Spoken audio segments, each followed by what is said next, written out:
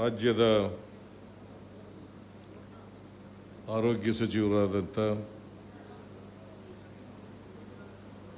ಶ್ರೀ ದಿನೇಶ್ ಗುಂಡೂರಾವ್ ಅವರೇ,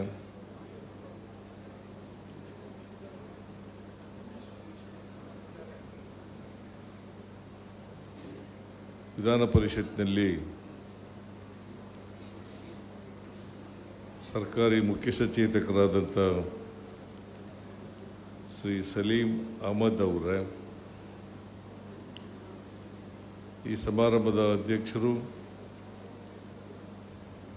ಶಾಸಕರು ಆದಂಥ ಸುರೇಶ್ ಕುಮಾರ್ ಅವರೇ, ಪಕ್ಕದ ಶಾಸಕರಾದಂಥ ಶ್ರೀ ಪ್ರಿಯ ಕೃಷ್ಣ ಅವರೇ,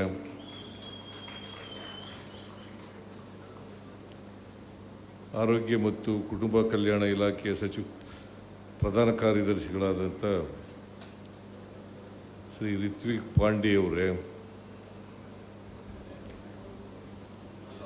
ಆರೋಗ್ಯ ಮತ್ತು ಕುಟುಂಬ ಕಲ್ಯಾಣ ಇಲಾಖೆಯ ನಿರ್ದೇಶಕರಾದಂಥ ಶ್ರೀಮತಿ ಡಾಕ್ಟರ್ ರಜನಿ ಅವರೇ, ವೇದಿಕೆ ಮೇಲಿರ್ತಕ್ಕಂಥ ಎಲ್ಲ ಆಹ್ವಾನಿತ ಗಣ್ಯರೇ,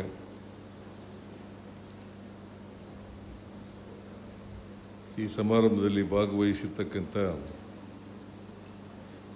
ಆತ್ಮೀಯ ಸಹೋದರ ಸಹೋದರಿಯರೇ, ಮಾಧ್ಯಮದ ಗೆಳೆಯರೇ, ಇವತ್ತು ಆರೋಗ್ಯ ಮತ್ತು ಕುಟುಂಬ ಕಲ್ಯಾಣ ಇಲಾಖೆ ವತಿಯಿಂದ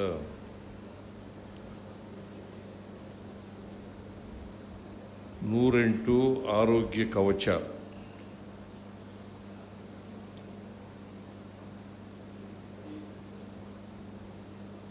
ಇದರ ಕೇಂದ್ರೀಕೃತ ಕಮಾಂಡ್ ಮತ್ತು ಕಂಟ್ರೋಲ್ ಸೆಂಟರ್ ಲೋಕಾರ್ಪಣಾ ಕಾರ್ಯಕ್ರಮ. ಈ ಕಾರ್ಯಕ್ರಮವನ್ನು ಅತ್ಯಂತ ಸಂತೋಷದಿಂದ ಲೋಕಾರ್ಪಣೆ ಮಾಡಿದ್ದೇನೆ ಅಂತೇಳಿ ಘೋಷಣೆಯನ್ನು ಮಾಡ್ತಾ ಇದ್ದೇನೆ.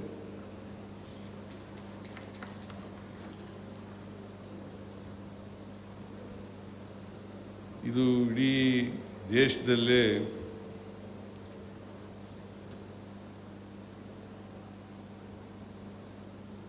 ಮೊದಲನೇದು. ಇದು ಇಂಥ ಆರೋಗ್ಯ ಸೇವೆ ದೇಶದ ಯಾವ ರಾಜ್ಯದಲ್ಲೂ ಕೂಡ ಇಲ್ಲ. ಕರ್ನಾಟಕ ರಾಜ್ಯದಲ್ಲಿ ಈ 108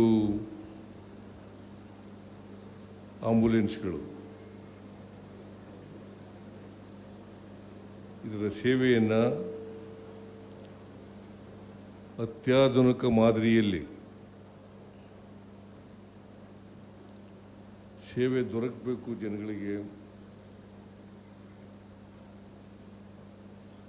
ಯಾಕಂತಂದರೆ ಆರೋಗ್ಯ ಸೇವೆ ಭಾಳ ಮುಖ್ಯ. ಅದರಲ್ಲೂ ಎಮರ್ಜೆನ್ಸಿ ಕೇಸ್ಗಳಲ್ಲಿ, ತುರ್ತು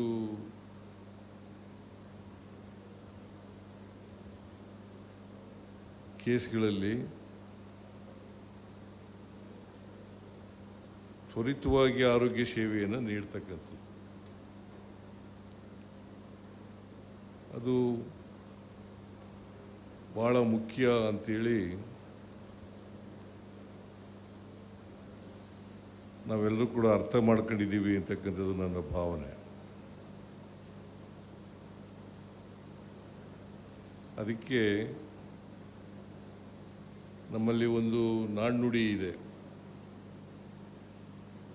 ಆರೋಗ್ಯವೇ ಭಾಗ್ಯ ಅಂತ ಹೇಳಿ. ಆರೋಗ್ಯವೇ ಭಾಗ್ಯ. ಎಲ್ಲ ಭಾಗ್ಯಗಳಿಗಿಂತ ಆರೋಗ್ಯ ಭಾಗ್ಯ ಮೊದಲನೇದು. ಆರೋಗ್ಯ ಭಾಗ್ಯ ಇದ್ದರೆ, ನಮ್ಮ ಜನರಿಗೆ ಆರೋಗ್ಯ ಚೆನ್ನಾಗಿದ್ದರೆ ಸದೃಢವಾದಂಥ ಸಮಾಜವನ್ನು ನಿರ್ಮಾಣ ಮಾಡಲಿಕ್ಕೆ ಸಾಧ್ಯ ಆಗ್ತದೆ.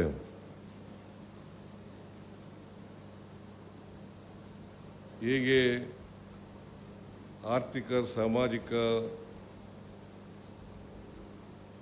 ಬೆಳವಣಿಗೆ ಸಮಾಜಕ್ಕೆ ಪ್ರತಿಯೊಬ್ಬರಿಗೂ ಕೂಡ ಬೇಕಾಗ್ತದೆ, ಹಾಗೆಯೇ ಆರೋಗ್ಯ ಭಾಗ್ಯನೂ ಕೂಡ ಬೇಕಾಗ್ತದೆ.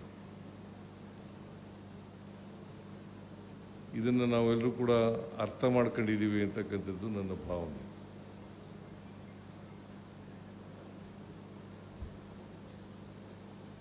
ಈಗ ಕರ್ನಾಟಕದಲ್ಲಿ ಸುಮಾರು 20 ವರ್ಷಗಳಿಂದ 108 ಆಂಬುಲೆನ್ಸ್ ಸೇವೆ ಇದೆ. ಇದು ಖಾಸಗಿಯವರು ಮಾಡ್ತಾರೆ. 18 ದಿನೇಶ್ ಗುಂಡೂರಾವ್ ಅವರು 18 ಅಂತ ಹೇಳ್ತಾ ಇದ್ದಾರೆ. ನಾನು ತಪ್ಪು ತಿಳ್ಕೊಂಡಿದ್ದೆ, 20 ವರ್ಷ ಆಗಿದೆ ಅಂತ ಅಂದ್ಕೊಂಡಿದ್ದೆ. ನಾನು 25-26ನೇ ಆಯವ್ಯಯದಲ್ಲಿ ಘೋಷಣೆ ಮಾಡಿದ್ದೆ, ಇದನ್ನು ಸರ್ಕಾರದ ಸಮಯದಲ್ಲಿ ನಡೀಬೇಕು, ಇದು ಸುಧಾರಣೆ ಆಗಬೇಕು. ಈ ಸುಧಾರಣೆ ಆಗಬೇಕು ಅಂತೇಳಿ ನಾನು 25-26ನೇ ಆಯವ್ಯಯದಲ್ಲಿ ಘೋಷಣೆ ಮಾಡಿದ್ದೆ. ಇದಕ್ಕೆ ಸಾಫ್ಟ್ವೇರ್ ಎಲ್ಲ ಡೆವಲಪ್ ಮಾಡಬೇಕಾಗಿದ್ದರಿಂದ ಸ್ವಲ್ಪ ತಡವಾಗಿದೆ ಅಂತೇಳಿ ನಾನು ಅಂದ್ಕೊಂಡಿದ್ದೇನೆ. ಈಗ ಸಾಫ್ಟ್ವೇರ್ ಎಲ್ಲ ಡೆವಲಪ್ ಆಗಿದೆ. ಇಂದಿನಿಂದ ಇಡೀ ರಾಜ್ಯದಲ್ಲಿ ಅಂದರೆ 31 ಜಿಲ್ಲೆಗಳಲ್ಲಿ ಅತ್ಯಾಧುನಿಕ ತಾಂತ್ರಿಕತೆ ಇರ್ತಕ್ಕಂಥ ಆಂಬುಲೆನ್ಸ್ ಸೇವೆ ದೊರಕ್ತಾ ಇದೆ. ಅದಕ್ಕಾಗಿ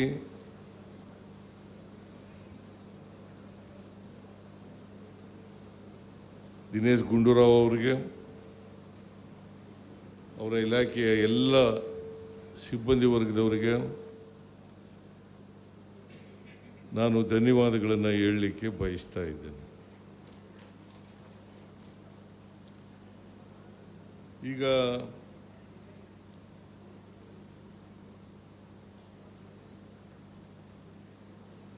ಜೀವನ ಮರಣ ಇರ್ತದಲ್ಲ, ಭಾಳ ಜನ ಈ ಹೃದಯಘಾತ ಅಂತ ಕೇಸ್ಗಳಲ್ಲಿ, ಪಾರ್ಶ್ವವಾಯು ಅಂತ ಕೇಸ್ಗಳಲ್ಲಿ, ಹೆರಿಗೆ ಅಂತ ಕೇಸ್ಗಳಲ್ಲಿ, ಅಪಘಾತಗಳು ನಡೀತಕ್ಕಂಥ ಕೇಸ್ಗಳಲ್ಲಿ ಈ ತುರ್ತು ಸೇವೆ ಅತ್ಯಂತ ಅವಶ್ಯ ಇರ್ತದೆ ಅಂತಕ್ಕಂಥ ಮಾತುಗಳನ್ನು ಹೇಳಲಿಕ್ಕೆ ಬಯಸ್ತಾ ಇದ್ದೀನಿ.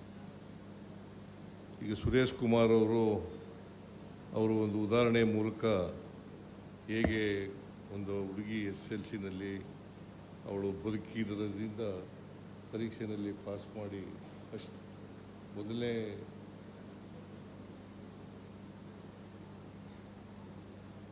ಮೊದಲಲ್ಲಿ ಪಾಸ್ ಮಾಡಿದ್ದಾಳೆ ಅಂತಕ್ಕಂಥ ಮಾತುಗಳನ್ನು ಹೇಳಿದ್ರು. ಇಂಥವು ಅನೇಕ ಘಟನೆಗಳು ನಡೀತವೆ. ಈ ಘಟನೆಗಳು ಅಪಘಾತಗಳಾಯ್ತವಲ್ಲ, ಅಪಘಾತಗಳಾದಾಗ ತಕ್ಷಣ ಸೇವೆಯನ್ನು ಒದಗಿಸ್ಕೊಟ್ರೆ, ಮೆಡಿಕಲ್ ಟ್ರೀಟ್ಮೆಂಟ್ ಸಿಕ್ಕಿದ್ರೆ ಅದಕ್ಕೆ ನಾವು ಅದನ್ನು ಗೋಲ್ಡನ್ ಅವರ್ ಅಂತ ಕರಿತೀವಿ. ಮೊದಲನೇ 1 ಗಂಟೆ ಇದೆಯಲ್ಲ, ಅಪಘಾತ ಆದಂಥ ಮೊದಲನೇ 1 ಗಂಟೆ, ಅದನ್ನು ಗೋಲ್ಡನ್ ಅವರ್ ಅಂತ ಕರಿತೀವಿ. ಗೋಲ್ಡನ್ ಅವರ್ ಆ 1 ಗಂಟೆ ಒಳಗಡೆ ನಿಮಗೆ ಮೆಡಿಕಲ್ ಟ್ರೀಟ್ಮೆಂಟ್ ಸಿಕ್ಕಿದ್ರೆ ಬದುಕ್ತಕ್ಕಂಥ ಸಾಧ್ಯತೆಗಳು ಜಾಸ್ತಿ ಇರ್ತವೆ. ನನ್ನ ಪ್ರಕಾರ ಬಹುಶಃ ಆರೋಗ್ಯ ಇಲಾಖೆ ಪ್ರಕಾರ 80% ಇಂಥ 1 ಗಂಟೆ ಟ್ರೀಟ್ಮೆಂಟ್ ಸಿಗ್ತದಲ್ಲ, ಅವು ಅಪಘಾತಗಳಲ್ಲಿ ಬದುಕಿರ್ತಕ್ಕಂಥದ್ದೇ ಜಾಸ್ತಿ ಇರ್ತಕ್ಕಂಥ 80%. ಅದರಿಂದ ಈ ತುರ್ತು ಸೇವೆ ಒದಗಿಸ್ಕೊಡ್ತಕ್ಕಂಥದ್ದು ಇದೆಯಲ್ಲ, ಅದು ಅತ್ಯಂತ ಅವಶ್ಯ, ಅಗತ್ಯ ಮತ್ತು ಮರಣವನ್ನು ತಪ್ಪಿಸ್ತಕ್ಕಂಥ ಸಾಧ್ಯತೆ ಹೆಚ್ಚಾಗಿರ್ತದೆ ಅಂತಕ್ಕಂಥ ಮಾತುಗಳನ್ನು ಈ ಸಂದರ್ಭದಲ್ಲಿ ಹೇಳಲಿಕ್ಕೆ ಬಯಸ್ತಾ ಇದ್ದೇನೆ. ಅದರಿಂದ ನಾವು ಬದುಕಲಿಕ್ಕೆ ಯಾರೂ ಕೂಡ ಅಪಘಾತದಲ್ಲಿ ಸಾಯಬಾರದು, ಅಪಘಾತಗಳೇ ಆಗಬಾರದು. ಅಪಘಾತ ಆದಾಗ ನಾವು ತುರ್ತು ಮೆಡಿಕಲ್ ಸೇವೆ ಒದಗಿಸ್ಕೊಡ್ತಕ್ಕಂಥದ್ದು ಇದೆಯಲ್ಲ, ಅದು ಅತ್ಯುತ್ತಮವಾದಂಥ ಕೆಲಸ ಅಂತಕ್ಕಂಥ ಮಾತುಗಳನ್ನು ಈ ಸಂದರ್ಭದಲ್ಲಿ ಹೇಳಲಿಕ್ಕೆ ಬಯಸ್ತಾ ಇದ್ದೇನೆ. ಇಂಥ ಅನೇಕ ಕಾರ್ಯಕ್ರಮಗಳು ಈಗ ಬೆಂಗಳೂರು ನಗರದಲ್ಲಿ ಸುಮಾರು 65ರಿಂದ 70 ಆಂಬುಲೆನ್ಸ್ಗಳಿದ್ದಾವೆ. ಬೆಂಗಳೂರು ನಗರದ ಎಲ್ಲಿಯಾದರೂ ಕೂಡ ಅಪಘಾತ ಆಗಲಿ ಅಥವಾ ಹೃದಯಾಘಾತ ಆಗಲಿ, ಪಾರ್ಶ್ವವಾಯು ಆಗಲಿ, ಹೆರಿಗೆ ಆಗಲಿ, ಈ ಥರದ ತುರ್ತು ಅಗತ್ಯ ಇದೆಯಲ್ಲ, ತುರ್ತು ಚಿಕಿತ್ಸೆ ನೀಡಬೇಕಾದಂಥ ಅಗತ್ಯ ಇದೆಯಲ್ಲ, ಇಂಥವಕ್ಕೆ ಇದು ಅತ್ಯಂತ ಉಪಯೋಗ ಆಗ್ತದೆ ಅಂತಕ್ಕಂಥ ಮಾತುಗಳನ್ನು ತಮಗೆ ತಿಳಿಸಲಿಕ್ಕೆ ಬಯಸ್ತಾ ಇದ್ದೇನೆ. ಇಂಥ ಒಂದು ಸೆಂಟ್ರನ್ನು, ಕಮಾಂಡ್ ಸೆಂಟ್ರನ್ನು ಮಾಡಿರ್ತಕ್ಕಂಥದ್ದು ಭಾಳ ಒಳ್ಳೆಯದು. ಮತ್ತು ಇಡೀ ರಾಜ್ಯಕ್ಕೆ ಹಿಂದೆ ಖಾಸಗಿಯವರು ನಡೆಸ್ತಾ ಇದ್ದಾಗ ನಮಗೆ ಅಕೌಂಟಬಿಲಿಟಿ ಇರಲಿಲ್ಲ. ಈಗ ಸರ್ಕಾರ ಮಾಡ್ತಾ ಇರೋದ್ರಿಂದ ಅಕೌಂಟಬಿಲಿಟಿ ಇದೆ. ಮತ್ತು ನಮ್ಮ ಜನರಿಗೆ ಏನಾಗಿದೆ, ಈಗ ಪ್ರೈವೇಟ್ ಆಸ್ಪತ್ರೆಗೆ ಹೋದರೆ ನಾನು ಮುಖ್ಯಮಂತ್ರಿಯಾಗಿ ನೋಡ್ತಾ ಇರ್ತೀನಿ, ನಮಗೆ ಮುಖ್ಯಮಂತ್ರಿಗಳ ಪರಿಹಾರ ನಿಧಿಯಿಂದ ಹಣ ಕೇಳಕ್ಕೆ ಬರ್ತಾರೆ.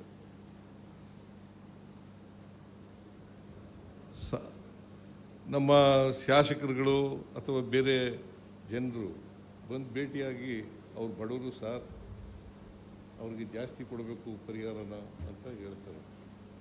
ಅಲ್ಲಪ್ಪ, ಬಡವರಾಗಿರ್ತಾರೆ, ಅವ್ರು ಯಾಕೆ ಸರ್ಕಾರಿ ಆಸ್ಪತ್ರೆ ಬಿಟ್ಬಿಟ್ಟು ಬೇರೆ ಆಸ್ಪತ್ರೆಗಳಿಗೆ ಹೋಗಿದ್ದಾರೆ? ಖಾಸಗಿ ಆಸ್ಪತ್ರೆಗಳಲ್ಲಿ ಈಗ ಚಿಕಿತ್ಸೆ ಭಾಳ ದುಬಾರಿ ಆಗಿಬಿಟ್ಟಿದೆ.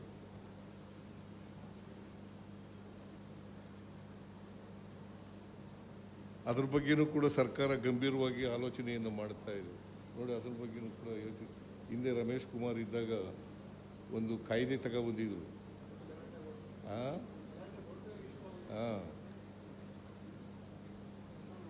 ಖಾಸಗಿ ಆಸ್ಪತ್ರೆಗಳನ್ನು ಅದು ಕಂಟ್ರೋಲ್ ಮಾಡ್ತಕ್ಕಂಥ ಇದೆಯಲ್ಲ, ಅದು ಭಾಳ ಮುಖ್ಯ ಆಗ್ತದೆ. ಸೊ 5 ಲಕ್ಷ, 10 ಲಕ್ಷ, 20 ಲಕ್ಷ, 30 ಲಕ್ಷ, 40 ಲಕ್ಷ, 50 ಲಕ್ಷ, ಹಿಂಗೆ ನಾನು ಮ್ಯಾಕ್ಸಿಮಮ್ ಕೊಡೋದೇ 5 ಲಕ್ಷ. ಈಗ ಎಂಥದ್ದು ಬೋನ್ ಮ್ಯಾರೋ ಕಾಯಿಲೆ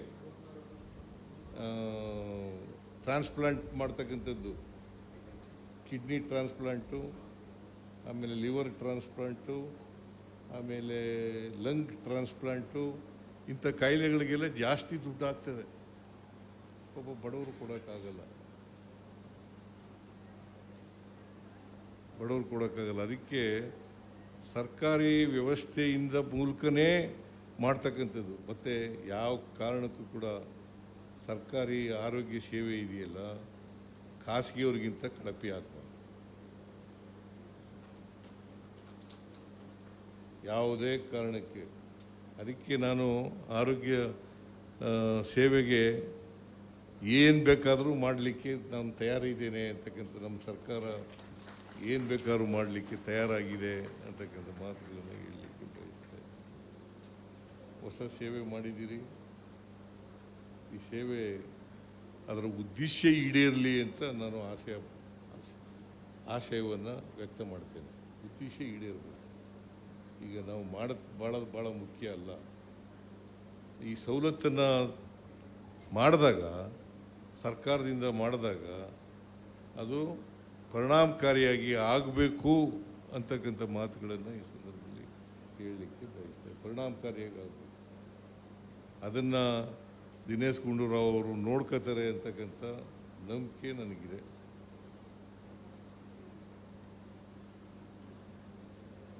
ಮತ್ತು ನಾನು ಈಗಾಗಲೇ ಪ್ರಸ್ತಾಪ ಮಾಡೋದಂತೆ, ಇವನು ಯಾರೋ ನಿಮ್ಮ ಎಕ್ಸಿಕ್ಯೂಟಿವ್ ಡೈರೆಕ್ಟರ್ ಇದ್ದಿದೆ, ಯಾವುದೇ ಕಾರಣಕ್ಕೆ ಇದು ಸರ್ಕಾರದ ಸೇವೆ ಅಂತ ಅನ್ನಬಾರ್ದು. ಜನರಿಗೆ ಸರ್ಕಾರಿ ಸೇವೆ ಅಂತಂದರೆ ಒಂಥರ ವಾಕರಿಕೆ ಬರ್ತದೆ. ಆ ಭಾವನೆ ಇದೆಯಲ್ಲ, ಆ ಭಾವನೆಯನ್ನು ತೊಡೆದಾಕ್ತಕ್ಕಂಥ ರೀತಿಯಲ್ಲಿ ನೀವೆಲ್ಲರೂ ಕೆಲಸ ಮಾಡಬೇಕು. ಯಾರ್ಯಾರು ಸಂಬಂಧಪಟ್ಟವ್ರು ಇದ್ದೀರಿ ಅವರೆಲ್ಲರೂ ಕೂಡ ಈ ಕೆಲಸ ಮಾಡಿಕೊಡ್ತಕ್ಕಂಥ ಪ್ರಯತ್ನವನ್ನು ನೀವು ಪ್ರಾಮಾಣಿಕವಾಗಿ ಮಾಡಿದ್ರೆ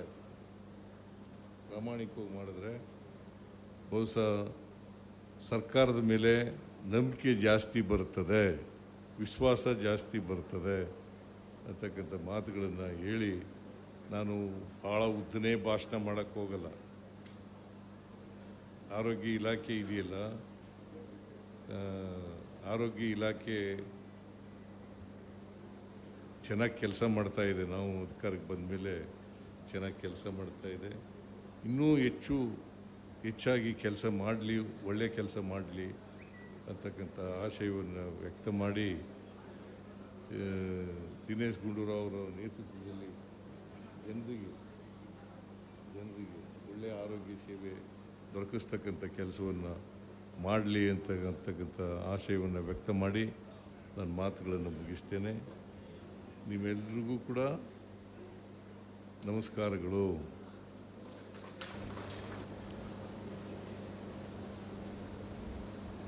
100